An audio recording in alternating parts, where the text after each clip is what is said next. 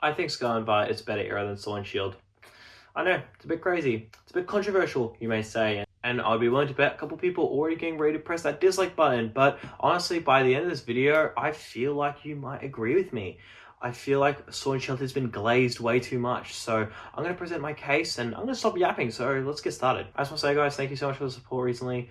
Far out. Yeah, it seems like YouTube started kind of likes me all of a sudden because, yeah, my videos have been popping off recently. But thank you guys so much for the support. You guys are honestly amazing. You guys really push me to make videos and really put in the effort. So yeah, I really appreciate it. And I also really like talking to you guys. So if you ever want to ask a question in the comments, just feel free to ask. I make it a priority to reply to every single comment anyway. So I'm going to see your comment and I will reply. So yeah. Alright, so as all things, we go by averages and we go by a point system. My opinion is different to your opinion. However, when we break it all down in points, it makes it easier for all of us to get to a certain page.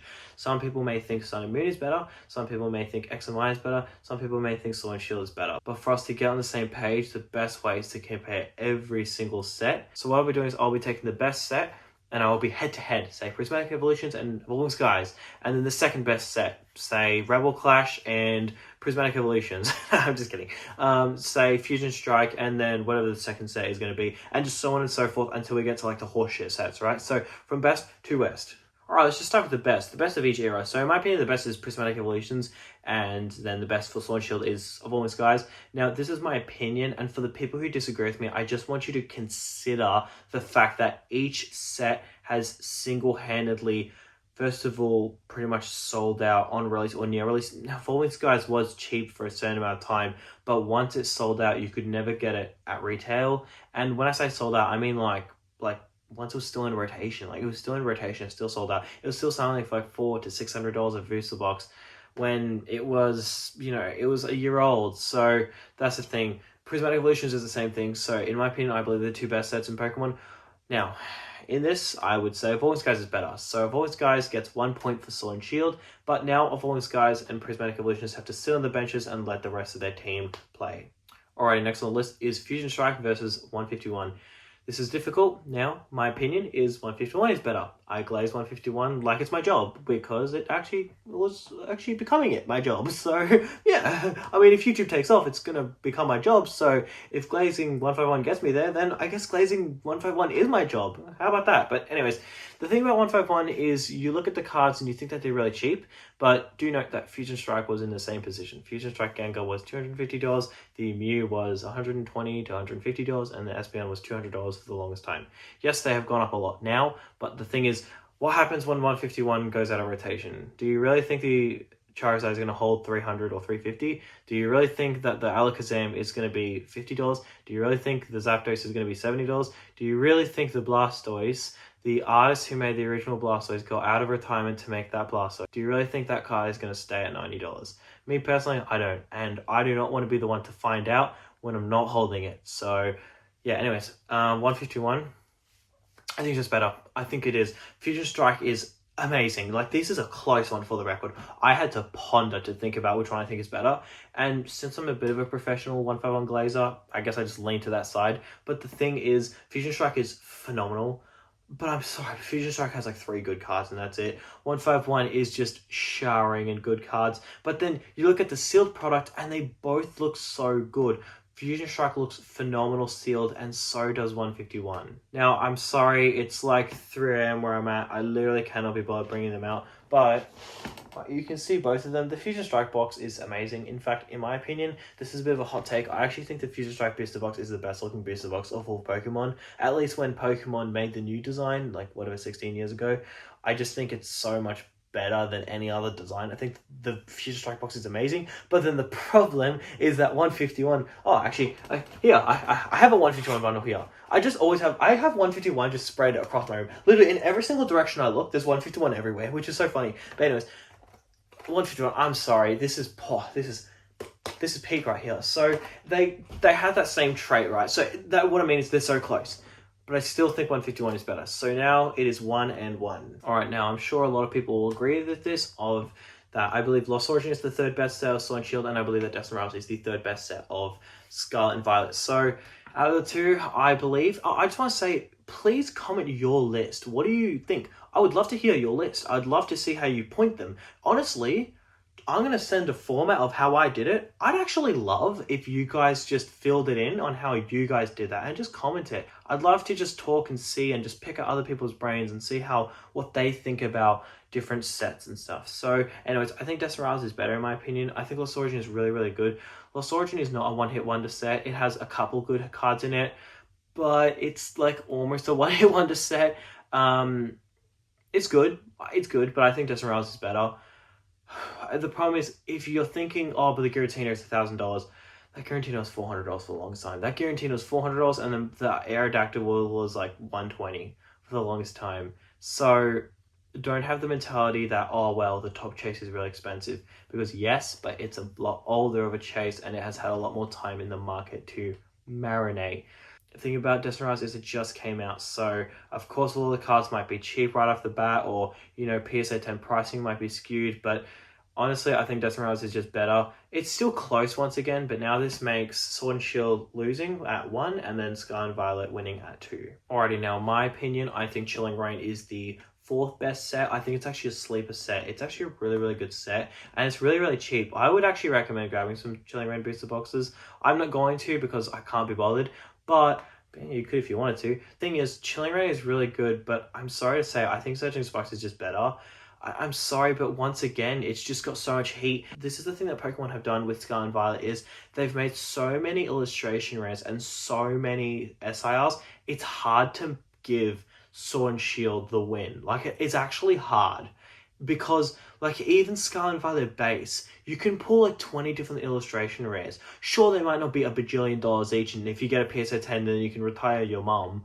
But the thing is, it's still, like, there's still a lot of good hits, and then that naturally just makes a lot of hits just naturally like 20 to 30 bucks each, which is just sweet as, especially when you open up a box. You're not getting like 3 V maxes and a V. You're at least getting some heat, and that's what I like about Scarlet and Violet. So I think Scarlet and Violet is far better than Sword and Shield for like that exact reason. But for Surging Sparks, oh, far out.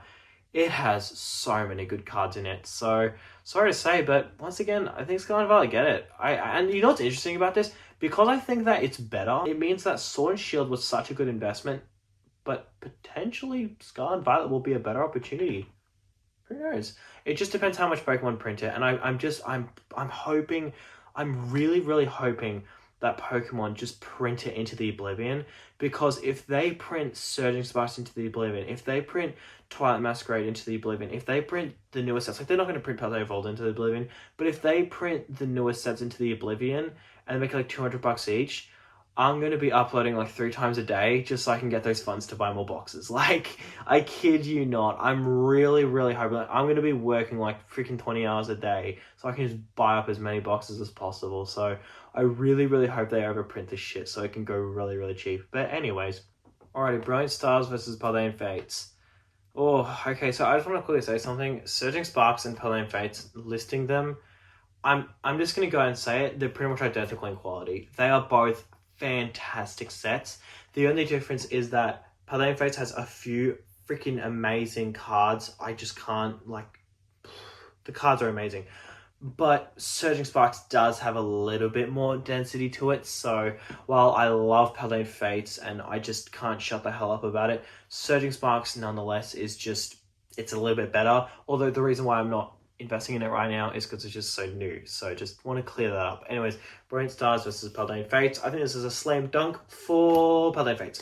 Paldean Fates is just better. It just simply is. In fact, I actually don't even need to talk about it. It's so much better. It speaks for itself. I'm not going to talk about it. Bubble Mew, Shining Charizard, Gardevoir, amazing Shining Pokemon. Hey, that Pikachu could be a $100 Shining card. Have you ever thought about that? Have you ever thought that the Shining baby Shinies could actually be bangers? Like, it's a bit of a rare, like, thing to think of, right? But, like, in the grand scheme of things, yeah, the Pikachu could be a $100 baby shiny, and that would be like the first time in history we see that. So I don't know, but I'm more of betting on the SIRs anyways, so it doesn't really matter. No, it doesn't really affect me. But it's just better than Brilliant Stars. Brilliant Stars does have the Umbreon VMAX, it has the Sylveon, and it has some nice evolutions in the trainer gallery. But then, let's be real, the main set is what most people look for. and it's just not there. It's really not.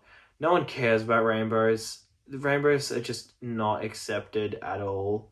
It's funny, everybody thought rainbows were going to be the next big thing because they didn't do it in Scarlet and Violet, but it's actually funny because people hated it so much, so that Pokemon stopped doing it. So then when Pokemon stopped doing it, then people thought, oh my goodness, is this going to be the next big thing because Pokemon aren't doing it anymore? But it's like, no, that's actually why Pokemon stopped doing it, because it wasn't successful. That's why they've kept gold cards in, because gold cards are successful versus rainbow cards, which are just shit. At least gold cards have their place. Rainbow cards are just there. Anyways. Alright, Silver Tempest versus Twilight Masquerade. I mean, holy crap. If Red Stars was a slam dunk, then this is just bullying at this point. But it's Twilight Masquerade by a long shot. I can't even... Do I even need to say why? So, first of all, the Lugia is cool.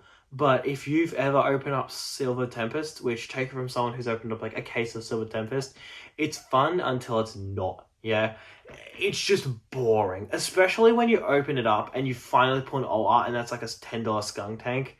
Oh my goodness, it's a good set, but far out, it's just carried by Lugia. It would be the alt art Rebel Clash if it didn't have a Lugia in it.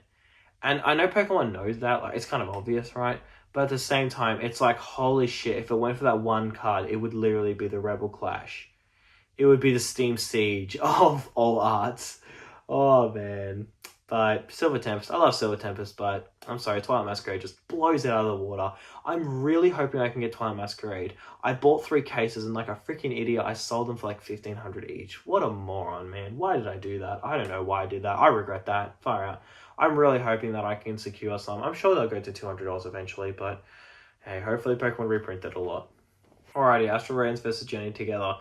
This is actually a close one, which is really funny because it's like you've got the best one where it's like, oh, this guy's out of it like blows it out of the waters, and then you got like a couple close calls like Fusion Strike and 151, and then you just got like Slam Dunk, Slam Dunk, Slam Dunk, and it's like Astral Radiance, a shit set, Journey Together, a shit set, but which one is less shit?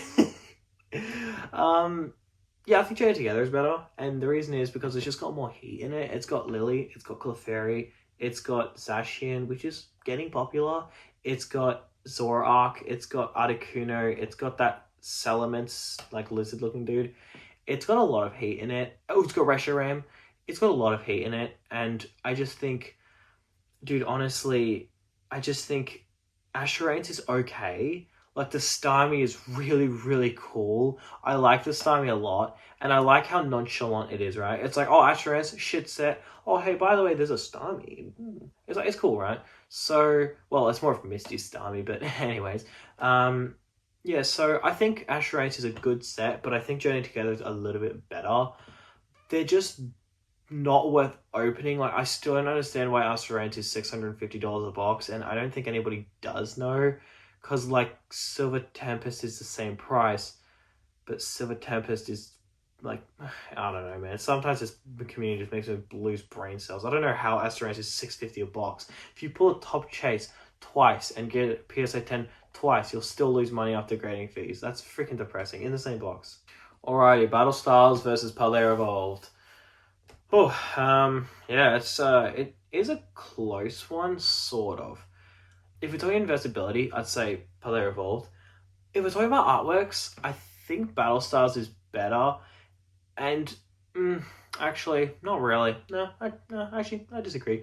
No, Paldea Evolved is just better. Paldea Evolved is better in every single way. First of all, the top chase is, like, cheaper by a bit, but it's much more expensive as a 10. It's a 4K 10, so it's very different to Tyranitar, which is a, like, $650 card as a 10.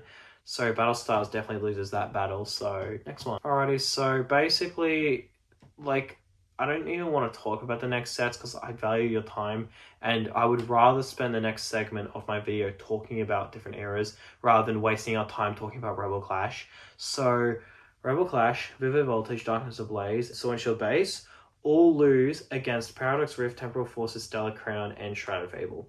I'm sorry to say, but it just loses all of them. So, then that means that Scarlet and Violet is sitting at 11 points. Meanwhile, Sword and Shield has 1 point. Now, maybe you disagree with Fusion Strike. Maybe you disagree with 1 or 2. And then that's it. Now, I just want to say, I kind of waited till the end to say this because I want to kind of farm comments like, I call me cheeky, but whatever. I guess I'm a little naughty. The thing is, Crown Zenith technically isn't Sword and Shield because it's not considered it. Like, Pokemon just decides what's considered and what isn't. Like, Paldean Face has literally nothing to do with Scarlet Violet, yet they've chosen it as a Scarlet Violet set. Crown Zenith is not a Sword and Shield set. It doesn't have the Sword and Shield logo on the actual logo of it. So if you look at like Champion's Path, you see how there's no Sword and Shield, meaning it's not considered Sword and Shield. It's the same with Crown Zenith as well. Crown Zenith is not considered Sword and Shield. However, I'm going to add it in because it pretty much is.